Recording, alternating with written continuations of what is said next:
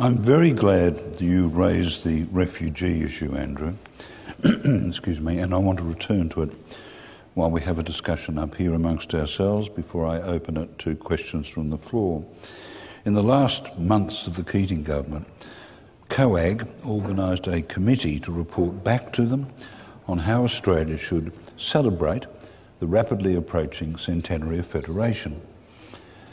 And a team of us were sent around Australia to talk to people about what made them proud to be an Australian. What was it about Australia that was worth celebrating? Well, to my astonishment, nobody, not even the RSL or the Country Women's Association, opposed the Republic. They all saw it somewhat fatalistically, perhaps, as an inevitability. Let's sign off on it, get on with the rest of our lives. There was also a widespread agreement, I think, in fact, once again, a unanimous agreement that we should be doing something to formally celebrate reconciliation. So I kept pushing all the people we spoke to, all the organisational representatives, the Lord Mayors, the State Premiers, and anyone else who came in to talk to us. What was it that made you proud to be an Australian? In other words, get them to identify the social glue that they felt defined us. And without exception, everyone spoke of tolerance. It was the most astonishing thing to hear. I thought, are these people totally deluded? We live in a nation that was built on white Australia. We lived in a nation which I'd experienced as a series of cycles of bigotry as every new refugee group came to this country or immigration group came to this country. But there it was. Now, you've made it quite clear, Andrew, that we are not, in fact, bathed in the honey of tolerance. But these people were not stating it as an ambit claim. They were stating it as a given.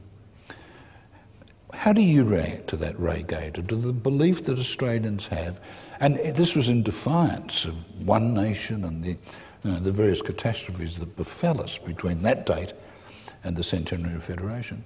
How do you rationalise or understand this conviction? Do you mean the gap between the conviction and the reality? How do people argue so passionately that they are tolerant, and how can they argue that it's central to our national identity? It's certainly central to their conception of their national identity, so that's why they would argue that. How come they don't see the discrepancies between what they believe and what the case is? Well, it's at least in part because there's a lot of truth also to what they say. I have another story that I often tell people in England when they ask what it is about Australia that I really care for. And it was when a friend of mine, Ginny O'Hearn, who's probably known to many people here, certainly known to you, Phillip, when he died, the funeral was at Newman Chapel in Melbourne, and my wife and I arrived late, and we sat on the steps outside. And then the then Foreign Minister of Australia came, and maybe I just didn't notice, but I didn't know, he didn't seem to have an entourage, and he just sat on the steps near to us. But what really struck me about it is not that he sat on the steps, but he sat on the steps as though there was nothing else for him to do. I mean, what else should he do? Sit on the steps? And he wasn't a foreign minister known for his modesty. It was, in fact, Gareth Evans. And I thought I couldn't think of another country in Australia where the foreign minister would just take it as a matter of course that he would sit on the steps because he was late. So there are those realities, and people notice them, and to some degree they respond to them. And then they have motivated reasons, psychological reasons, all sorts of other reasons for denying the realities of a kind that Andrew was pointing to. But it's not all myth, this idea that it's an extraordinarily tolerant country. And I certainly know from my immigrant background how much the immigrants that I knew as a child valued the tolerance they had encountered here compared to the bitter hatreds that had torn apart Europe. Marilyn, you recently won the Prime Minister's Prize with Henry Reynolds for drawing the global colour line, in which you contextualised Australian bigotries and gave them a global setting. But I put the same proposition to you. How do you read the paradox of Australians being convinced of their tolerance versus the reality? Yes, well, I agree with what Raymond said to the extent that they believe that because that tradition is really strong in Australia. I mean, there's a very strong tradition, as I said, of commitment to equality that goes right back into the 19th century. And when groups who were excluded from that fought for inclusion, they always fought in the name of equality. And I think, as I said, I think that's one of our great traditions. So it's not surprising that when Australians are asked about, what they are most proud of or what they love about Australia, tolerance is not equality, of course, but there's a relationship there. And I guess just in the link that you made with drawing the global colour line, the White Australia policy, one of the aspects of that people lose sight of, and I stressed in my talk, it was about equality and exclusion. The two went together, and we tend to remember the exclusion part, but we don't tend to remember the equality part that underpinned it. Gas and Haj, I've also lived long enough to notice that Australian nationalism, a work in progress, constantly being modified and in response to changing realities, that every wave of migrants are resented at the time, but once they fit in, the Italians, the Greeks, etc., then the new Australians defend the status quo against the next wave of immigrants. You must notice this constantly. I just want to quickly say something about Australian tolerance, and that is that while there is a tradition of Australian tolerance, there's also a tradition of essentializing it and using, that is, you construct the Australian as essentially tolerant, which means even though we're intolerant now, don't worry about it because we're really tolerant. And I think the Howard era was full of this ideology whereby, look, just be nasty, don't worry about it because we're really good. And no matter how nasty we are, it doesn't matter because we're really good. And so there's one thing about what we are and another about what we use, what we are.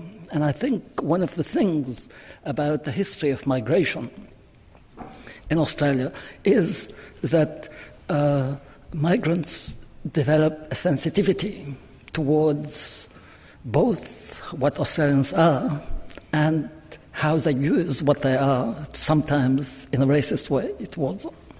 Ray, the Sydney Olympics coincided more or less to the hour with the centenary of Federation, and you're sitting up there watching the people come in behind the flags, and you realise that many of those nations, quite a few, hadn't existed at the time of the Melbourne Olympics, and that some of the nations that had been at Melbourne no longer existed. Now, we live in a world which, as you pointed out, where nationalism is under a barrage from various manifestations of globalising. Look at Europe. The national barriers are coming down. There's a common euro. There's a lot of agreements on central sort of tenets of human rights, for example. Surely the intensification of nationalism on the one hand is enormously offset by the yielding, the giving up of national identity on the other. Yeah, I don't know what the outcome will be of that, but it's pretty alarming the way in which Europe is now experiencing a resurgence of really ugly forms of nationalism, despite all the talk about the European Union and so on. My basic thought is the one that I expressed, which is it seems to me that certain kinds of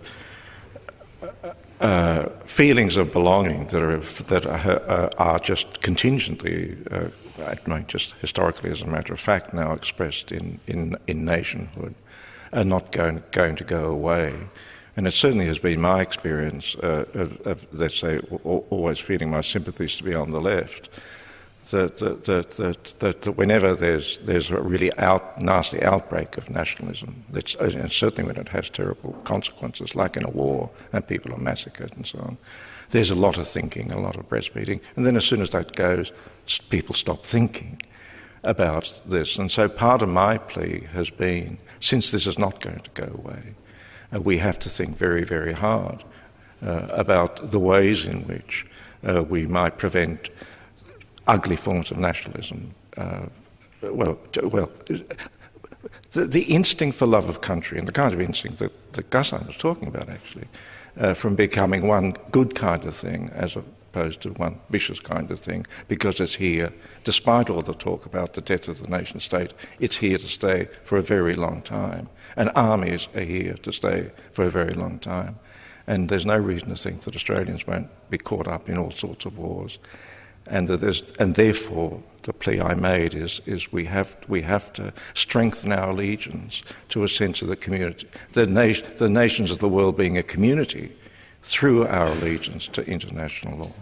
Before I open up to questions from the audience, I want to come back to you, Andrew, and you got quite forensic in your discussion of racial attitudes in Australia, looking at the poll figures. And I seem to recall you saying that there hasn't been a profound change during the decades it's been measured. No, like one very significant change, obviously, is that the racial ideas that underpinned the White Australia policy and the affirmation of those, which were very strong in the 1950s and 1960s, they're no longer with us today. Interestingly, the current debates that are going on about population are not about ethnicity, they're about numbers. And that actually marks quite a significant departure. But as for the distribution of intolerance and tolerance within a community, that hasn't changed very much. Ladies and gentlemen, there is a microphone here which I would like you to approach and use. If you could come forward and ask questions, and while you do that, the social glue in the United States, Ray, doesn't seem to be particularly adhesive at the moment. Here's a nation which suddenly seems on the brink of catastrophe, becoming ungovernable. To some extent, one can sense a potential for the same problems here. I doubt that, but I pass on that. I mean, my instinct is that that's not the case, but I'm a philosopher, not a social scientist, but I can't imagine that happening. Even the one nation phenomenon, you didn't think presaged something like this? No, not the way in which you get such radical division. I was in the States when Bush was elected the second time at a conference, and it was mostly liberals on the left. And they were all wanting to go to Canada.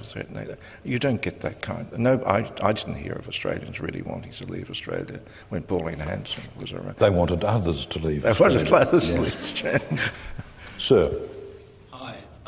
My name's Dean. I'm a student here, but I was wanting to ask, though, about a lot of the equivocation. I think that the number of speakers have answered in the yes or no fashion that Marilyn Lake described, but most of the things people have been talking about are examples, more recently, the attacks on refugees and asylum seekers and all the rest, but we've mentioned White Australia, we've mentioned the racism toward immigrants. It's been a feature fairly constantly of Australia. You think about how Japan was depicted during the Second World War and everything. How do you reconcile that you've answered, well, yes and no about whether Australian nationalism is a problem, yet the overwhelming bulk of examples that people have given is where it has been an overwhelming problem distinctly tied up with racism? It seems to me that, there's an attempt going on not to throw the baby out with the bathwater in a sense, but the bulk of what people have said has proven that the baby wasn't in the bath in the first place, and to, ruin the analogy. Are you a fence-sitter in that sense, Marilyn? I think you want to answer that, don't you? You were reaching forward. No, not just to hear. Yeah, go.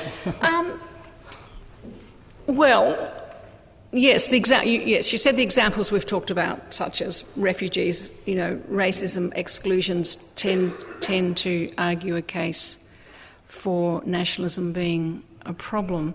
But we have all talked about what binds people together, I talked about also the, if you like, the good, positive things that come out of people feeling that they're bound together as a nation, such as Australia being a very progressive welfare state, and I link that quite crucially to that sense of oneness and that sense of nation. So what more can one say? I mean, I think that, nations are for good and for ill. Andrew? It's always an issue what you measure yourself against. What does a tolerant society look like? What does a tolerant society score? And I always make the point that no country gets 10 out of 10 on that. What Australia does, it gets like 3.5 out of 10. And when we look around the world and we find so many countries struggling to get up to 1 out of 10, it doesn't do so badly. So, for example, the previous government sought to take us very much along the path of the free market. And then what happened in the last election? Rudd Labor government was elected. With regard to refugees, we have a program which admits 13,000 to 14,000 people every year under this humanitarian intake. That's not to be lightly dismissed. We have a situation where we have over 500,000 overseas students in this country.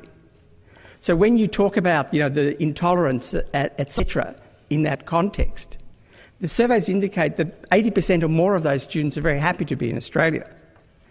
So, sure, there's negatives, but negatives have to be seen in the broader context and the huge challenges that this society is facing and the way that this society has responded to those challenges.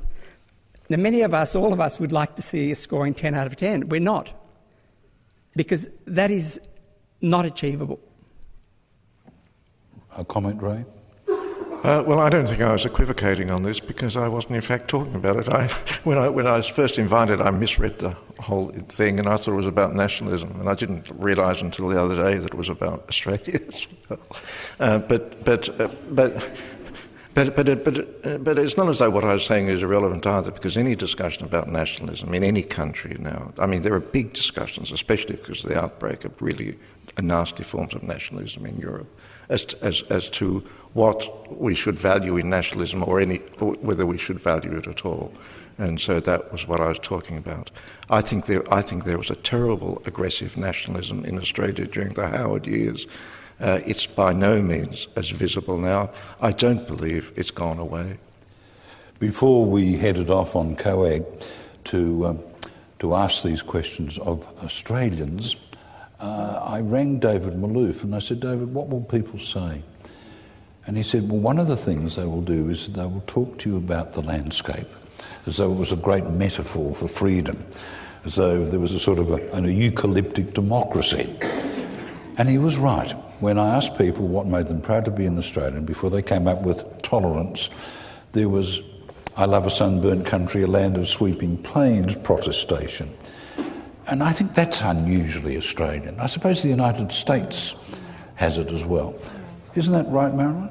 Yeah, I think the United States has it. It's central to its culture. On the Road again, the road movies. I think the culture is all about its freedom. And that's actually, I guess, what the German journalist was picking up on, that we had the same narratives, the same cultural narratives, yeah.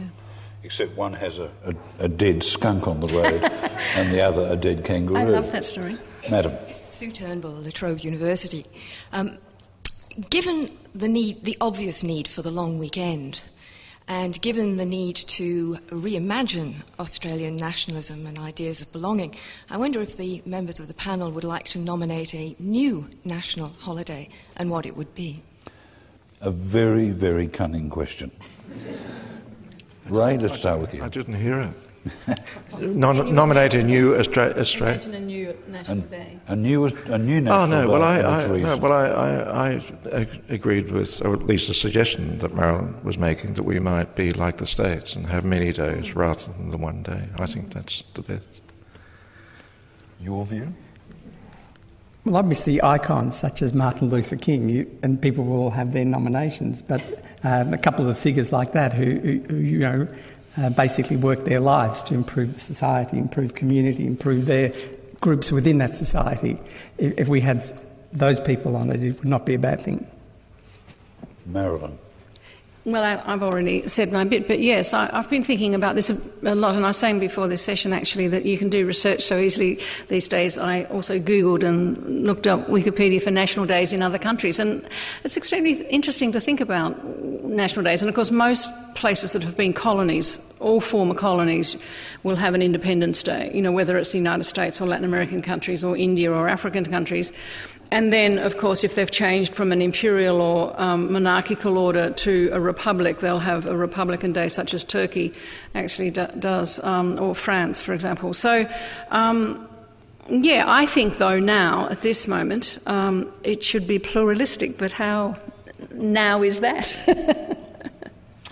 I think one of the issues to think about is not alternative days. I think to think about an alternative nationalism is to think about celebrating ambivalence. It is like it's about how to be proud and guilty at the same time and be able to live with both. So it's about celebrating Australia Day and the fact that it was Invasion Day. It's this ability to do both that would be really radical. 3 cheers for mixed emotions. They're always more profound. Sir? Given that Ray alluded to the disturbing outbreaks of rampant nationalism in Europe and the way in which our own Australian media has xenophobically sensationalised the issue of the asylum seekers in recent times, surely we need to be asking ourselves questions about the overly monopolised nature of the media and the kind of vested interests that control a lot of public debate in this country. I think we'll prolong the discussion for another hour to deal with that topic, because you're dead right, it certainly deserves an airing. We've got time for one more question, sir. Hello, my name's Paul Romas. Before I ask my question, I just wanted to say in relation to Marilyn Lake's commentary that this is an anecdote. Queen Victoria almost didn't sign our national constitution when she saw the word Commonwealth in it. So thinking about that, we had Republican connotations. Now, what might not be apparent to the panel is that I'm an Australian born of Greek descent. My surname doesn't sound so Greek, of course. But it has occurred to me over the past few years that this country, unlike maybe some in Europe, doesn't have a national surname, so to speak, or a national dish in that sense. To use the tennis anecdote, Hewitt, Delacroix, Tomic. So the question is, can we really talk about an Australian nationalism, given how multicultural we are now? Wash your mouth out. You used the term we no longer mention in multiculturalism. Panel, yeah? Go. I think the search for nationalism is always a search for distinction. It's not necessarily to find something englobing. I work in comparative racism, and I've done field work with David Duke in Louisiana, who are sort of like real white racists. I've done field work with the followers of Le Pen in France, and I've done field work with the Hansonites here. And I would say that Australian racism has a specificity, which is a national specificity. So it's not about necessarily being. You don't have to think of nationalism as an englobing glorification or anything. But I think when you look at Hansonite sensitivities, there's an element of egalitarianism, if you like, in Australian racism, which you will not find in other racism. So nationalism creeps in as a mode of distinction in all kinds of cultural forms. I think we'll wrap it. I'd like to congratulate the panel for being so tolerant of each other's views. And would you be kind enough to give them a round of applause?